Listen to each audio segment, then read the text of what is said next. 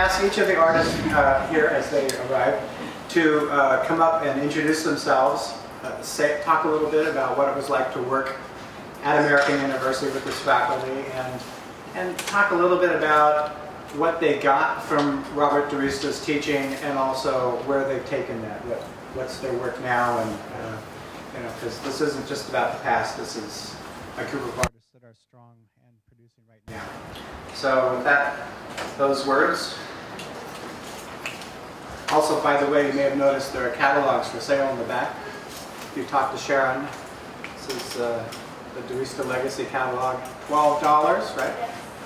And the Robert DiRista portrait, $20. So you may want to avail yourselves of these publications. Lee, you want to start? I'll do it.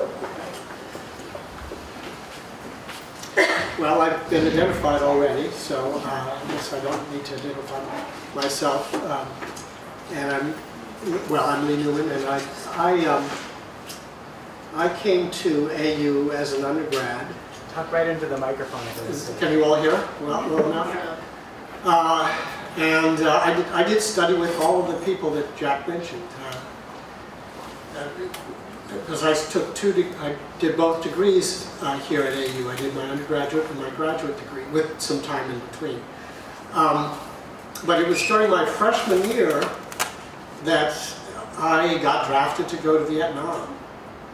And this is a story I haven't had the occasion to tell very often. And so I had to drop out of AU in the middle of the spring semester. And I went to each of my teachers and withdrew to tell them I was withdrawing from the course. The only grade I received for half of a semester's credit was in art from Bob DiRista, with whom I was studying at the time. And I didn't ultimately go to Vietnam, but I did do was decide to come back to AU and finish out my credits because I wanted to transfer. So I thought they're pretty nice at the art department, and so I went to the art department, and Bob DiRista became my advisor. So I really had to take all of the advice he offered, whether I wished to do so or not. And one of the many things he advised me to do was to study etching. And so if you look at the portion of his show, he was both a fine printmaker, fine sculptor, and a wonderful painter as well. And I have to say I took his advice going into etching and maintained a press in my studio all these years, and I spend my time painting and etching back and forth. I was hoping, well, there are many things I could say about things he's taught me that besides just the media I use. The outlook that I have is really formed by a lot of the people at AU, but Bob in particular formed me, and I became a more dedicated student of his actually upon his death, when I had the occasion to print his plates posthumously for his family. So some of the prints that are actually in the show are ones that I printed. During the opening, Susan Yanero and I talked about how we were reminiscing about Bob, and I hope, Susan, you'll speak to this in a little bit. I did not know that he felt that we were two of the most destructive painters that he knew. We would scrape out our paintings before we barely started them. And that's what he told me. Yes, I think he was probably right. One of the things, the bits of advice he gave me, and then I'll say this to Edie, was because we were very critical of our work. I think you and I, Susan. I mean, everybody is, but yeah, I remember scraping out a lot of paintings. And his gentle way of trying to correct that behavior was to say to me, you know, Newman, your problem is that you want people to leave the show not only laughing and crying, but humming all the tunes. And I thought it was, well, when I thought about it a little bit, I thought, do you mean Jesus Christ Superstar or Marriage of Figaro? Which is it? Which tunes? But he always had these pithy comments and these amazingly beautiful long stories that contributed to his teaching. So let me cede this to you. I may come back. Please come. I noticed that Lee called him Bob. I would have never in my whole life called him Bob. Well, Jack Bull made that possible. When I was teaching at AU, Jack said to Mr. DeRista, Bob, I told Lee that he could call me Jack. And I'm right there, and Bob said, well, looking at Jack and not at me, he may call me anything he wants. And so I said, well, I often have. Well, I'm a grandmother of 4, and I would still call him Mr. DeRista. If you walked in the room today, he scared me. He was my thesis advisor, and why I was drawn to him, since I was afraid of him, I do not know.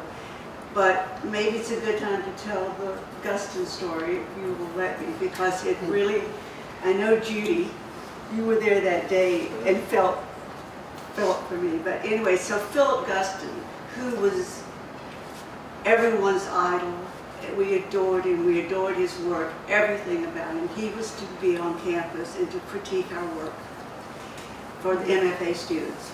And he took that day to absolutely throw a brick at me. And I was just unnerved, I was undone. I mean, he really, really criticized my work. And I don't think I had very tough skin, but I got through it. And almost immediately after, Bob DeRista and Ben Summerford sought me out, took me aside, and they said, are you all right? They wanted to make sure. Mr. DeRista could be very tough on me in his own critiques.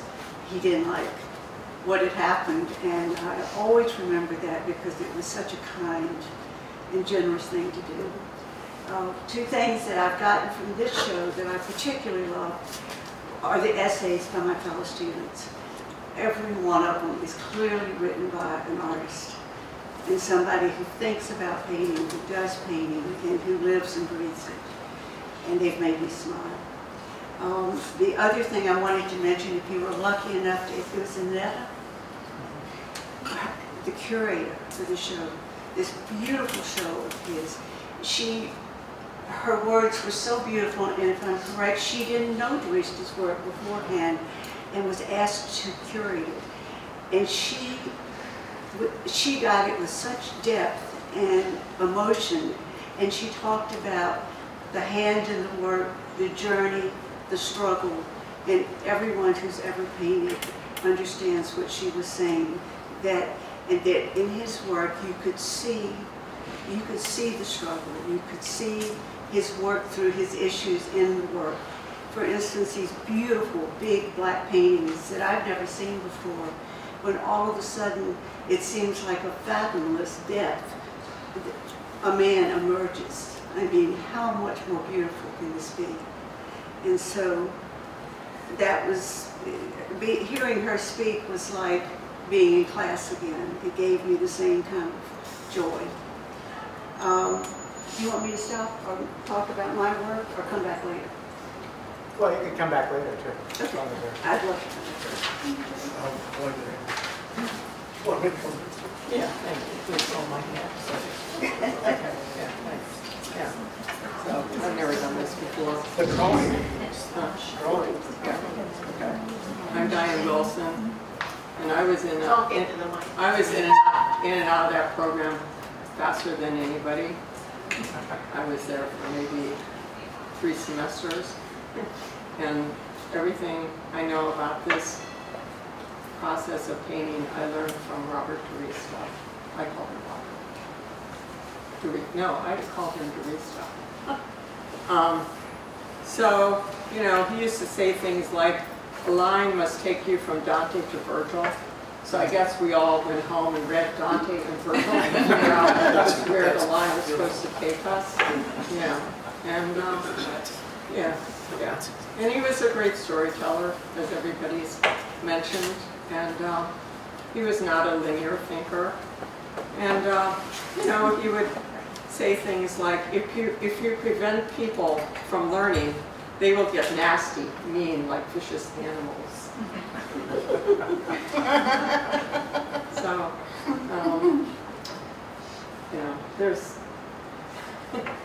a whole lot more, but I'll be looking forward to Susan, another great storyteller. Oh dear.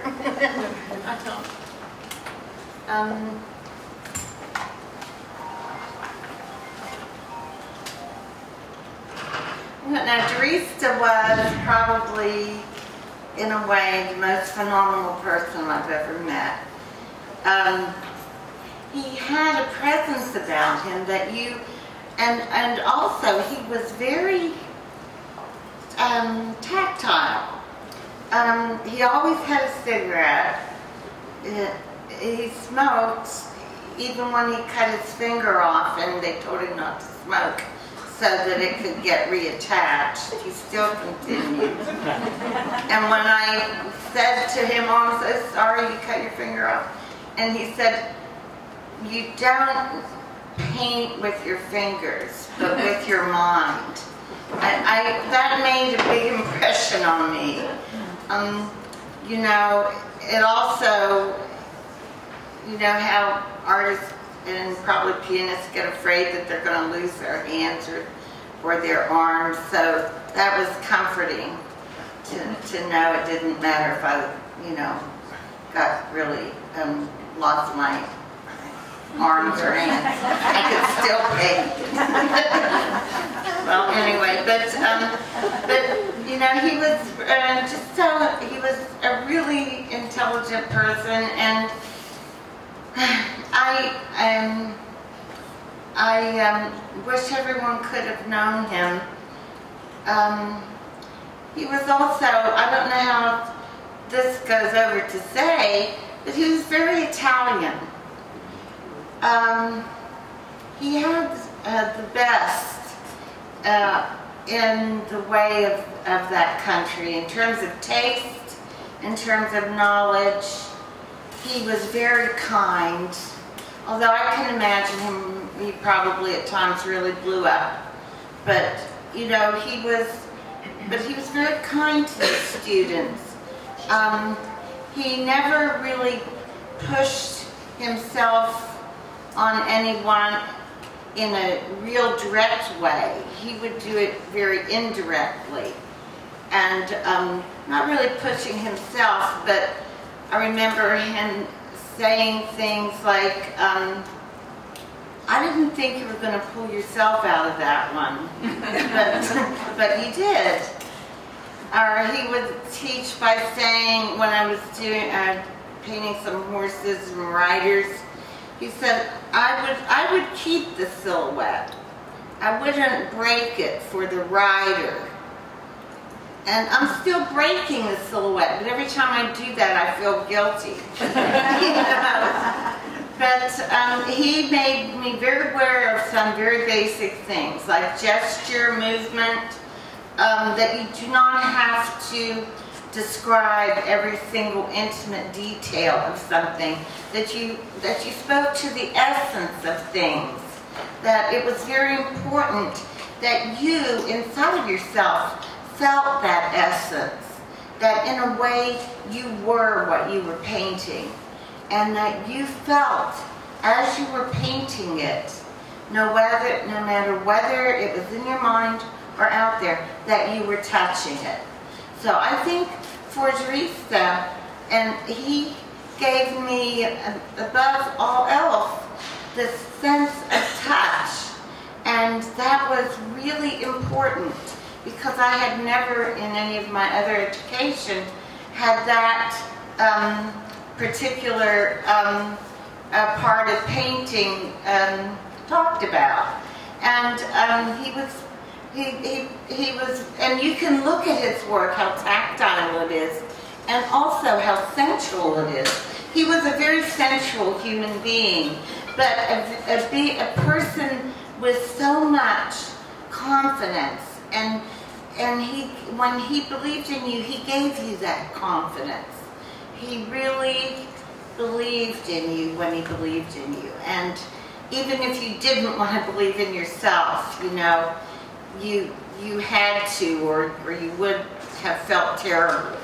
So anyway, but anyway, as kind of the spur of the moment, I should have made notes. There's so much I could tell you, but that's just what comes to my mind right now.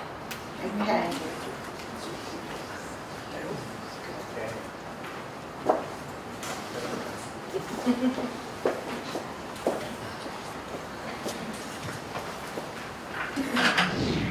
Hello? Am I into it? Well, I can certainly say that I don't think I would have developed as a painter or as an artist with confidence in being an artist if I hadn't had Bob DeReest as a teacher. He didn't say... Oh, sure. He didn't say a lot, but if he came by your easel and he stood there for a minute, and then he would take your brush out of your hand and make a little adjustment in what you were doing, which is like, you know, a year's worth of education in painting. You just felt really lucky to have the input from him, and he was not someone that, a professor that you felt you kind of got to be friends with or anything like that, because he was pretty removed. Excuse me. And he did smoke all the time, so you had to get by the cigarette. But I think he did give his students a great confidence that they could do it, that they could make something work, they could make it beautiful, and he. I just think it was a great piece of luck and good fortune in my life that I got to have him as a teacher. I think actually most of the teachers that I had, and I didn't have many at AU, were extremely good. It was a very rich time there. They had wonderful visiting teachers and visiting artists, and there was a great camaraderie, a great spirit of, we're lucky to be here, so this is a good thing. But I must say, my best memory, fullest memory, and most full of gratitude is that he was my teacher, because he was a brilliant, beautiful painter, and he was able to somehow let you believe if you worked, you could get there, you could get near what he was in charge of. And I don't know, I don't have a lot more to say except my great good fortune for having had him for a professor.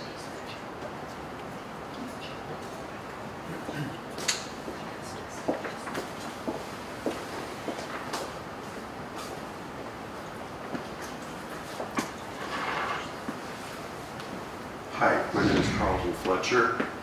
I studied with Bob DeReest from 1980 to 1982, and then afterwards was fortunate enough to consider him my friend and be considered a friend, which was even better. I have, like other people here, a great deal of gratitude, and that gratitude actually extends to the AU art department as a whole. It had, when I was a student, what sports fans call a deep bench. There were a lot of really outstanding teachers of a caliber where each of them could be identified by people as the purveyors of a legacy that went on. And so that I didn't even know when I arrived at AU about DeReest. Now that sounds pretty lame on my part, but I blundered into AU mostly because I lived near the school and thought it would be an easy commute to get a master's degree without having to go to another city. And it was in my first semester there that I realized that I had just landed really lucky. My first teacher actually was Helene Hertzbrunn, who taught me some of the most important things I knew almost immediately, that I would know in the future immediately. I studied with Chuck Summerford and with all the other teachers at AU. Bob DeRista, of course, like others said, leaves a special mark on a person. There was something about him that defied ordinary expectations. I'll give you one example. I discovered I'm a very fussy and orderly person and like to do things the right way. And Bob DeRista had very little patience for that. And the more that I showed this trait, the more he, at first mildly reproached me, and then as I persisted, he increased the level and the volume of the reproach because he thought that it was standing in the way of my becoming an artist. There was a time when there was one of those prizes to be awarded at the end of the year, and the process was extremely sloppy. And a delegation of students went to Bob DeRista to ask him why it was so sloppy and so unfair. There were some students that were unfairly left out and some that were given advantages.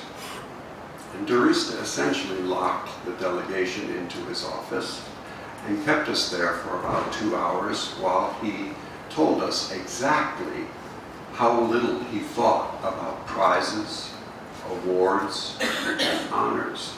And the reason he thought so little of them, he explained at length, was that no jurist, no judge, no one giving a prize could possibly know what that student had been through in the course of that year and how much progress that student had made and how much it had cost that student. Bob knew, and he watched all of the students in their progress and in their struggle patiently, and he didn't want to see any one of them neglected. So better that the prize should go to somebody essentially at random and bring the whole process into discredit than for people whose achievement was genuine to be hurt. Now that was a complicated thought process for me to take in. Somewhere between Neapolitan and Byzantine. But it stayed with me forever, so that I now do not have an innate respect for the honors and the awards and the prizes that our profession dispenses so randomly. I think the other thing that I'd want to point out about Bob DeRista, and it's possible to check on this, our colleague Anna Ochin made lengthy notes of DeRista's lectures, an invaluable service. And she did this, she persisted despite the fact that DeRista at least pretended not to like her doing this. He said, just listen, stop writing. But she would just withdraw from his reach and keep taking notes. As a result, we have lecture notes of his ad-lib, unrehearsed lectures that he delivered so flowingly and so easily to a rapt audience. We have them still, thanks to our other colleague, Lowell Gilbertson, who put them online. You can check them. I check them from time to time and refresh myself on just how fortunate I was as a student to be hearing what DeRista had to offer. But on a recent occasion, I checked it in order to see not so much what Derista did say, but what he didn't say. Thanks to the way computers work, you can search his notes so that, you know, if there's a topic you're interested in, you can see if he said anything on it. Some topics on which he had absolutely nothing to say were career, resume, gallery, sales, and now that I've started that list, you can expand it. None of the teachers at AU had a word to say about any of that. When you're a student, sometimes you take that kind of badly. You'd like to have some guidance on those things. But they were resolute. They would not speak of it, and for that I'm grateful. You can't go yet. No. Sorry. One important part of his legacy was the number of us teach. But would you be willing to share the story about when you asked him about the possibility of teaching at AU in the department, please? When I tell this story, you'll see why I'm reluctant to tell it. At the end of my graduate study, I had the presumption to ask Bob. The way I framed it was, what would you think of the idea of my teaching in the department? And Bob said, it would depress me greatly. and when I said, well, why? He kind of didn't want to answer, but he said, I had better things in mind for you. And I thought, well, yeah, but you know, I really could use the employment, and I care about this department, and I'd like to pass on what I've been given. And he said, well, Carlton, that's not even how it works. You have to go and you have to teach for a while in a state that begins with I. And he pointed vaguely westward. And he clarified, you know, Indiana, Iowa, Idaho, one of those. And after a while then, when you've been sufficiently worn down, then you can come back here and you can try to work here. But otherwise, don't try to short-circuit the system. I said, well, I can't go to a state that begins with I, or any other state. I'm married and my wife has a job here. And he said, I can give you the name of a good divorce lawyer.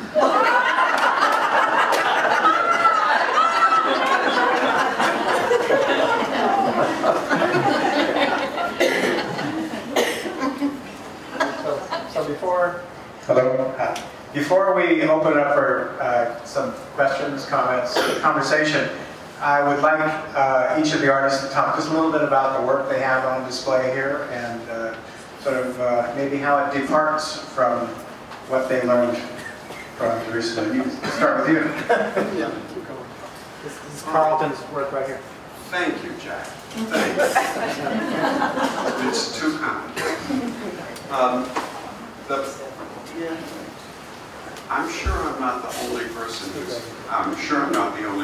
who's felt this, but it's a distinctly mixed blessing to be showing in a show with Bob Derista.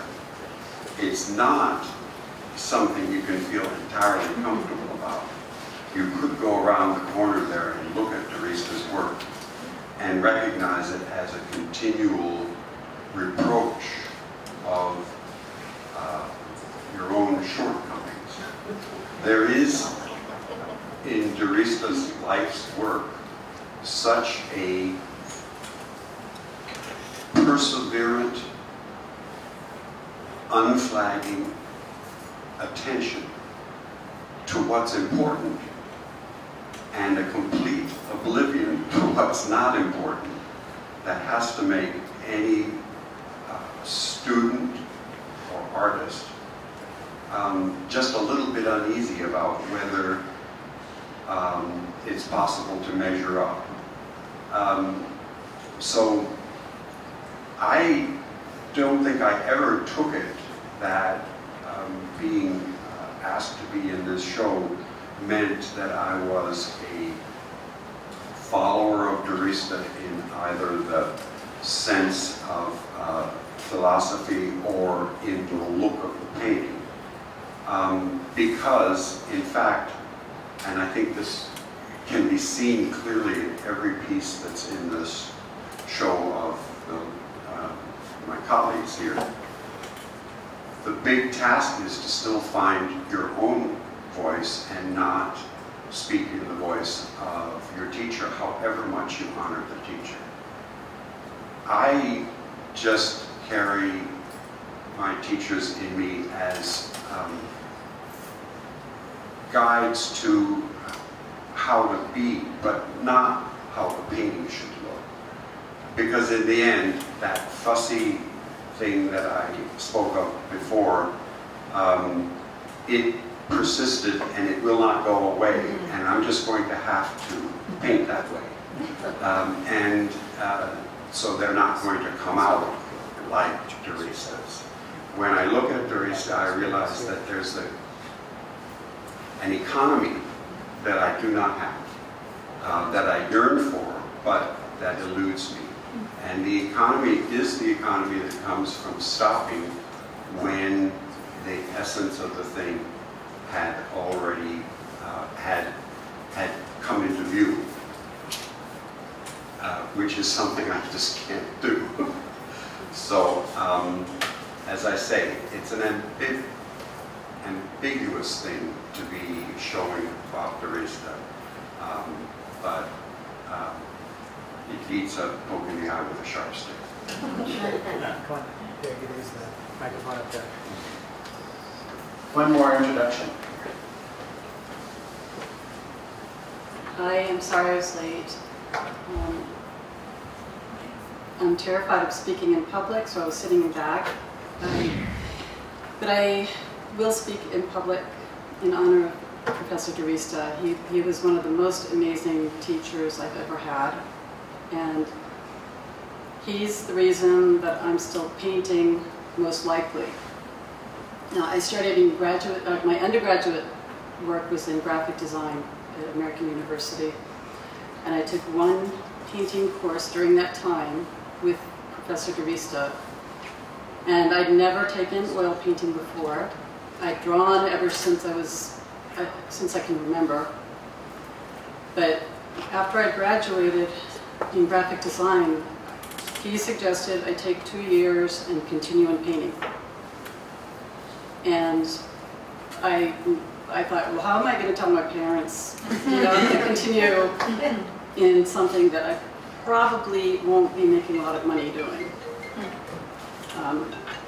But they were very supportive, and I felt extremely blessed to be here at American University during a time when there were so many amazing teachers, and I know there are now too, but I felt like there was something special with the whole group that surrounded Professor Derrida and Professor Summerford. And I said in the catalog, it felt like a cult. People were extremely devoted to him, and he was one of the only teachers who could just raise his eyebrow, and you knew that maybe what you had done was either right or wrong. No words needed. So I'm not going to say anything else except it's such an honor to be part of this exhibit and to see his work after such a long time. Oh, sorry. I'm MARCI NADLER.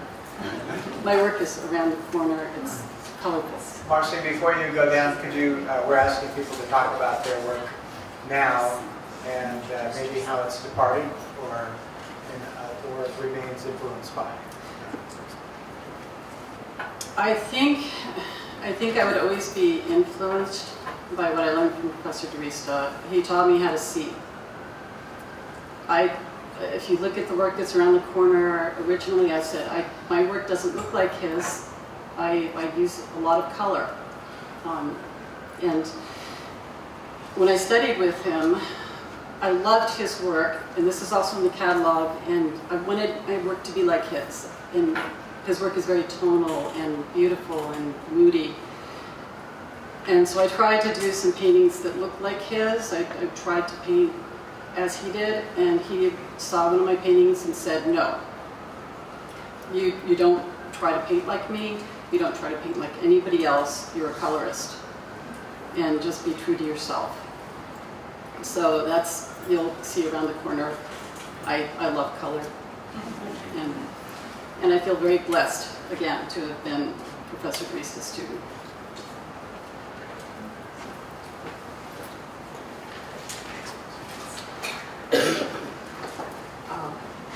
We're supposed to talk about the pieces.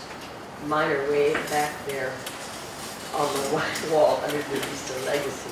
You can't quite see them.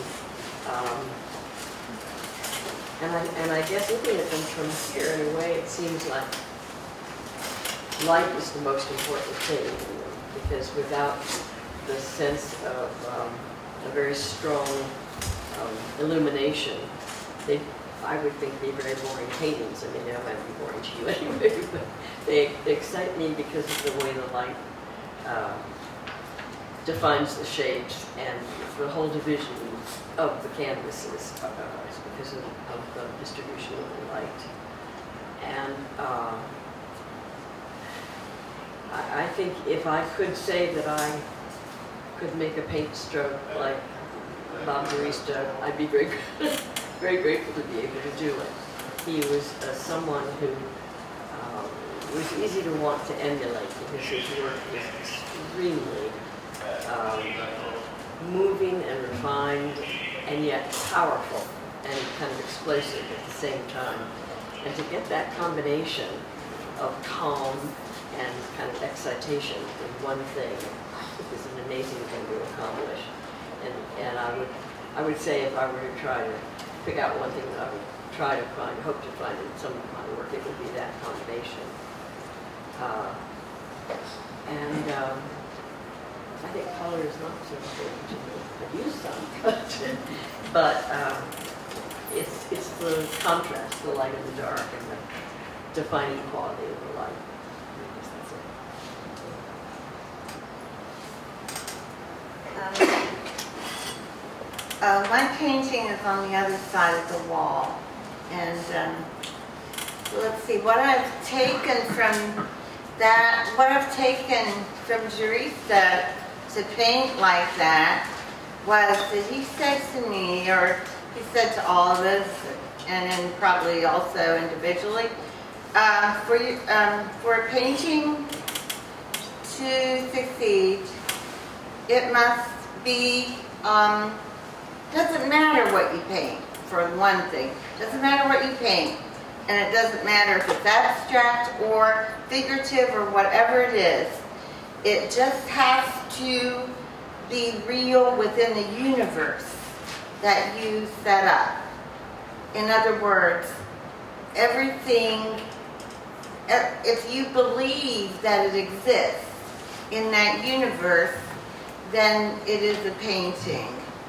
And that's what I've tried to do. I'm always trying to do it. I never know if I do it. But those words really have stuck with me. I painted differently as a student, more gestural, and then I became more in my own mind. I'm Masaccio. I wanted to make more rounded shapes. And Alan felt this. I love his work too. But also, I mean, it never took away for anything I felt about DeRista. But, you know, I also loved Alan Feltus. And so I'm trying, but, you know, eventually you just have to come to some balance of your own. And to me, the subject matter of that painting was important. It's a orphanage for girls and cats. And because when I was young, I was always saving animals, or trying to. And I'm still trying to save animals. And I just felt I needed to paint about it. And, you know, and I always, it sounded like, you know, can I really do this? And I could hear Teresa saying, just make it a real universe. So, that's, I hope, that's what I try to do. Okay. Thanks, Diane. Yeah, everything that everybody's saying so far really resonates. Hold it up. Yeah, Teresa used to say it has to be persuasive. And that's, to me, a really good word, and the criteria. And I really don't want to talk about my own work, and I'm really grateful that my work's not hanging right next to Teresa's on the same wall. You know, that would be a really tough experience. You know. And you know, he's a tough act to follow, and we can't follow him. And I think our job ultimately is to usurp our teacher, our mentor. We have to usurp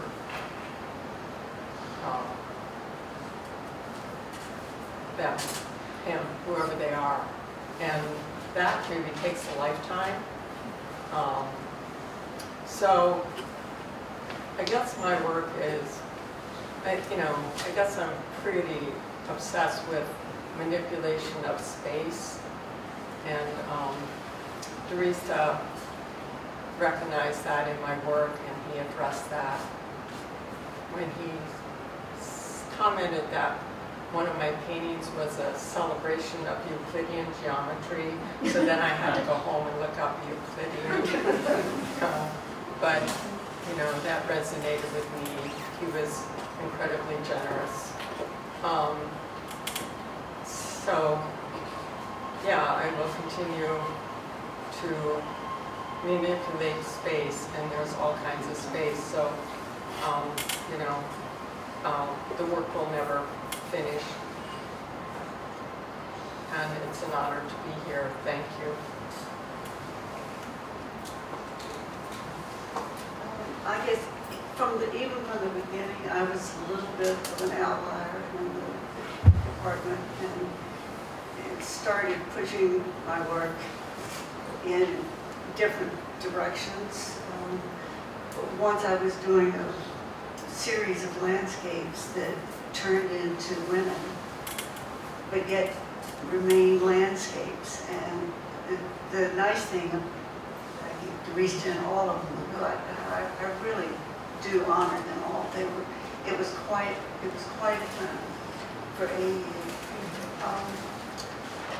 No one ever tried to make me paint like anything. You know, it was always, okay, but is it good? Or, you know, does it work? Have you, as you said, find your own reality? And one little specific thing that he did, I don't know if he did it to anyone else or not, but I've never one time not done it, was he suggested that I take cadmium red and outline all the canvas. And the reason he wanted me to do that, it was a point of reference that every other color and tone that I used on the canvas was going to relate to that. It was like a note, and that set the key. And to follow the music analogy, music was important. I'd studied music a long time. I was so interested in sort of the abstract and reference to realism. My painting has always been from memory. And so I can't say that that also makes me a little bit of an outlier, I think, because that was my thesis, was the memory in painting. And so it's a double abstraction, you know, you're not looking at it and abstracting, but you're thinking about it, and so you're going several steps back. But what it did by combining the two, sense of reality and a sense of more abstraction, was to, for some reason, it ordered my world. It gave me a way to order things that satisfied me. And the music analogy, well, I think all of us remember on day one, they say when you look at a painting, make sure this directional line takes you here, and then takes you there, and then here, and here. So you're never stopping, you're always moving with it. But I sort of also like the idea in music of Allegro and Andante. So you start with the bottom, and then you move to the next, and then you have something bombastic. It's a little bit like a subject and a predicate, that the two work together. And I think he pushed me hard, and I'm really forever grateful. Well, this has been nice to be part of the audience as well as speaking now. I got many things from Bob that that are, some of which I'm conscious of in my working, and other things I just absorbed, and they're just, I do them without thinking. But composition, teaching us how to compose was very important, and I know on the website there are notes of, either Anna Hutchins, I think, about composition, and Diane, you mentioned Euclidean mathematics, teaching us how to compose the canvas and relate the content of what we were transposing to the geometric structure. It is as much fun as learning how to diagram sentences, but it's absolutely necessary. So composition. Another thing I think that's always been important for me, and I know it was true, very much true for Dresden, was this idea of how to preserve a sketch. And by sketch, being sketch in the way Chardin's sketch, the sketch competitions. That is, to be able to get to the essence without putting in too much extraneous information, to suggest more than what is there. So, and you see in his work, often they're interesting marks, you don't know what the hell it is, but it really is compelling, and it beckons. And that's something that I find very useful. And I try to have the structure, the compositional structure, very sound in my work, and yet have it feel like it's improvised, which most unlikely it's not. And then I guess the final thing I would say is that listening to everybody, it is said that we don't choose our biological families, but we can choose our artistic ones, which is a great boon in many respects. My parents still wonder when I'm going to get a job. But something that struck me when I first, because I took both degrees, as I said, at AU, and when I first met Bob, we loved some of the same artists, and that made sense to me. You choose the people you want to look at and whose houses you want to go to for dinner or something like that sort. And that's a good place to start. Pretty good.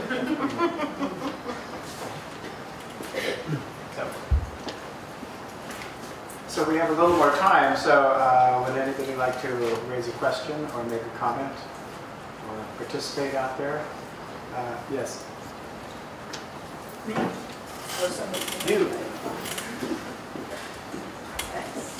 Hi, can you hear me? Yeah. So my name is Laura Levitt, and I was an undergraduate here. I don't think I recall that there was an MFA program. I finished up here in 1971. I went back to New York, earned some money, and then decided to get my MFA and went out to the University of Oregon. I just want to put this in context a little bit. When I came here as an undergrad, it was full-on Vietnam War. It was full-on environmental awareness. And I started as a Soviet area studies major. And then I took a painting class with Mr. Durista. And that was it. I said, oh my God, this is just unbelievable. I had no idea whether I had talent or not. But I had something. I took every class he ever gave. And just as one of you referenced someone else who took copious notes, I still have notebooks in my basement with all of my material and techniques, recipes, and I have all of his sayings kind of going up and around and down the margins of my notebooks. And I just always had kind of a hero worship for him. And I remember when I wasn't demonstrating or getting tear gassed or getting arrested in DC, and when I wasn't working on the very first Earth Day, all I did was take his classes. So then I went out to Oregon, where I got my MFA in painting, studio arts, and that was in the era of hippies, right? So I went out there and became a hippie, and then realized that I needed to support myself. And so I feel I'm sitting here looking at all of you and feeling like we're probably about the same age, and just full of wonder that you made careers for yourself out of this.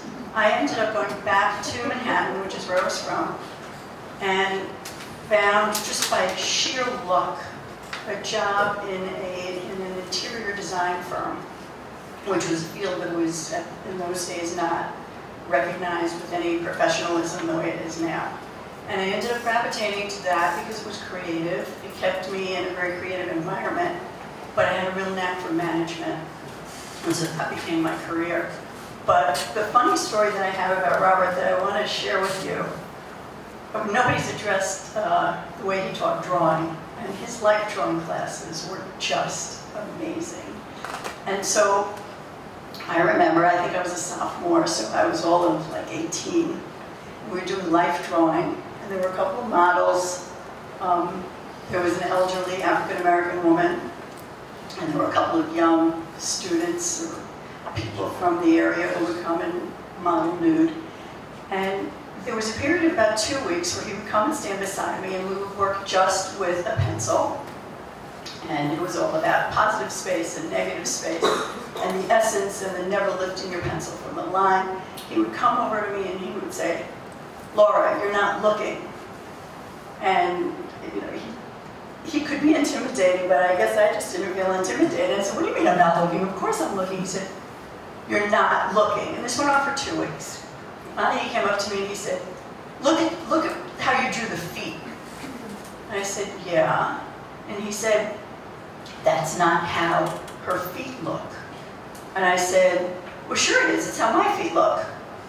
And he said, "Take off your shoes." And that's how I learned that I had bunions, because I was drawing the model's feet, kind of, you know, the toes, and then coming out like this and coming back again. So I was still very grateful to him. I finally had double foot surgery last year. I tell people these are my Durista feet. So he was very influential in many, many different ways. And well, speaking of materials and techniques, next Friday, next Thursday, we have Page Conservation coming in to give a talk about their restoration efforts to Durista's early paintings and all the things he did wrong and all the remediative measures they had to take to bring them back to life. It's fascinating. I'm in shock. I have in my basement, I have some of his, he would come around and do like a 30-second self-portrait on paper with oil paint, and they are immaculate to this day. Well, I guess stay away from black would be one thing, but no, it's fascinating. It's like a mystery story, trying to figure out how to work with these paintings and how to bring them back. So I really encourage you to come next. It's tomorrow. It's tomorrow. Come back here tomorrow at 11:30. and we'll give you lunch, and you can listen to the Page family talk about what they did with these paintings and the conditions they found. It's fascinating. It's an education in itself. What is it that happened to them? Any other questions or comments? Yeah, Ben. Here. I have a Drissa story, and well, I have two, and they're both true. And the first one is I was in the materials and techniques class, which was my first class at AU, which was a very crazy thing to do. So I did it. And Drissa brought in a little setup. He had a lovely sort of old flute and in a little case, and he opened it up and had the flute sticking out. And so I did this painting, and you know, Baroque style, where you put the dark ground on and then move up to the lights. And so I did the whole thing, and my flute didn't look quite like the flute. It looked a little more like a slight snake. And so I showed him the painting, and I was like, well, it's done. Should I do something else to it? And you know, this is an important thing in the development of an artist, is to know when to stop. And so he sort of looked at the painting and looked at me, and he said, well, do you want to do something else to it? And I said, well, no. And he said, well, it's done. That was a good lesson. The other one was in a class. Drissa liked to smoke. A lot of people talked about that. And he had a particular way of smoking. And that is, he would light a cigarette, and he would not like take it out of his mouth and take another puff. He would let it sort of dangle in his mouth and let it burn and burn and burn. And then there would be this ash, which would be like the length of his cigarette. So, and they would just sort of fall off. So one day he was doing a demo. He had taken over somebody's easel, you know, oil paints, and of course with turpentine. And he is doing a demo, and I can't, for the life of me, tell you what the demo was about, because everybody in the class was focused on the cigarette, the ash, which was, you know, very close to his mouth, and we were all holding our breath. And at the moment it dropped, there was a great sigh. And then the last one. Ben.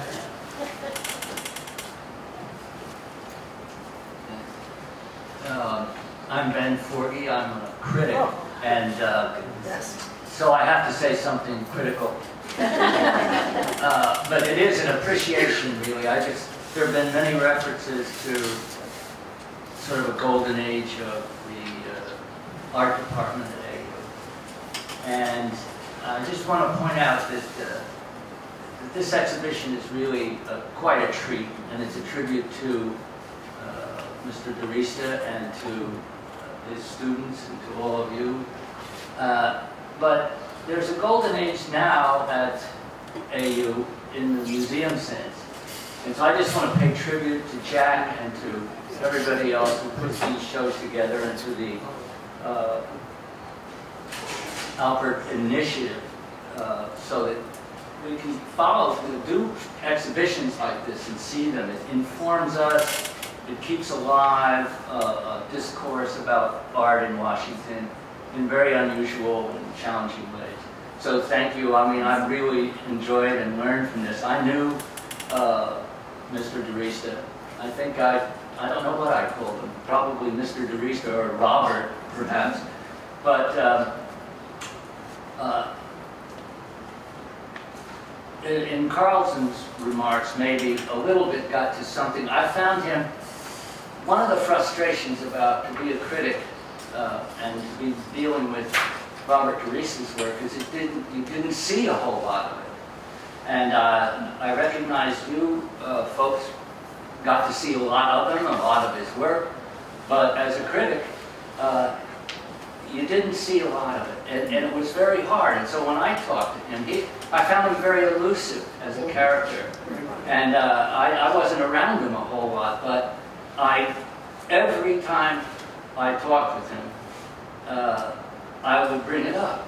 Well, Robert I can't write about your work if you don't show it. Why don't? And he was elusive in answering that question, and he had such a hostility for the commerce aspect of art.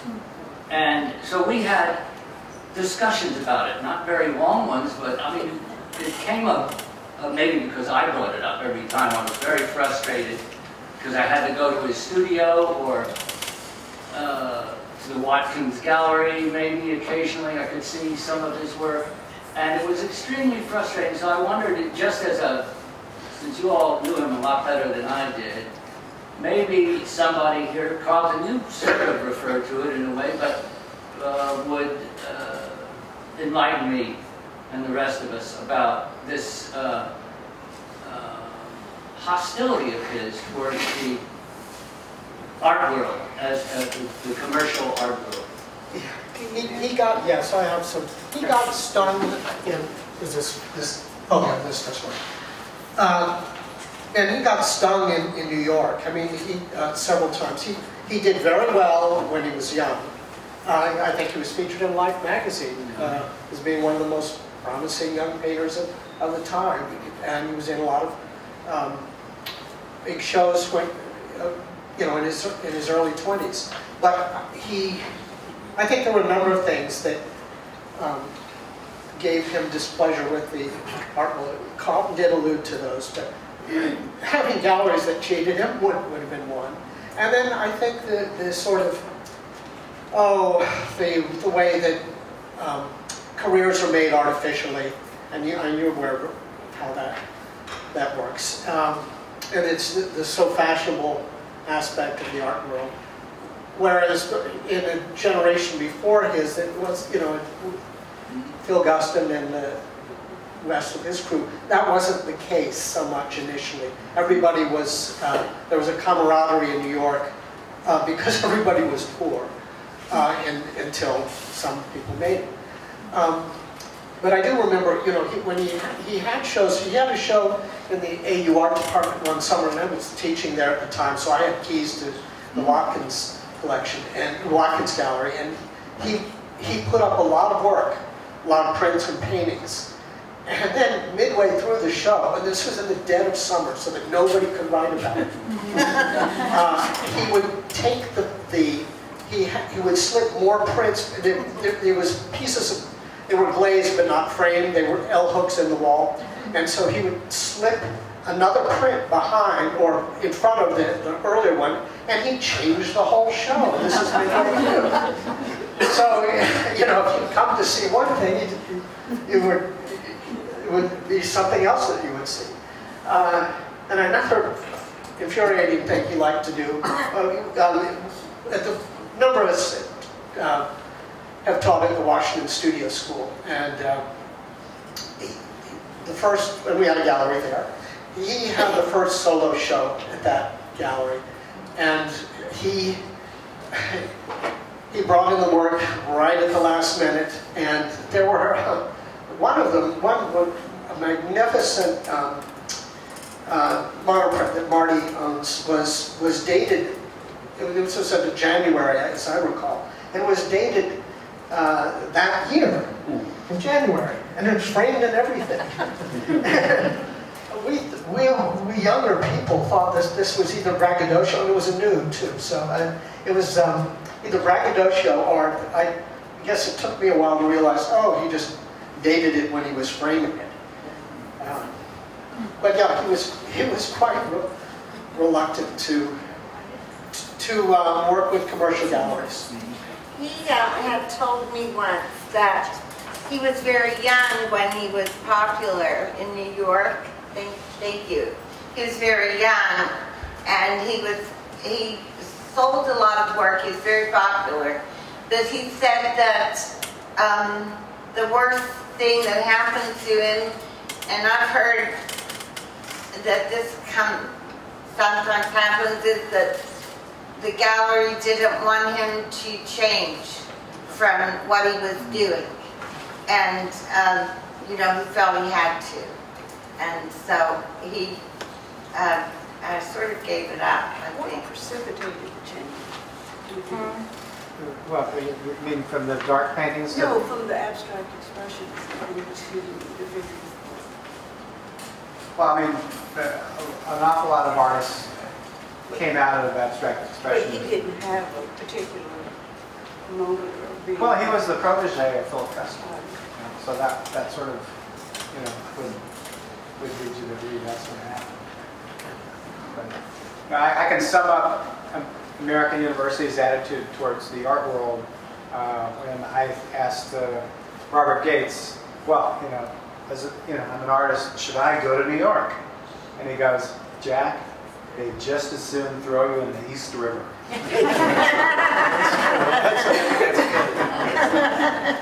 Robert Gates showed regularly.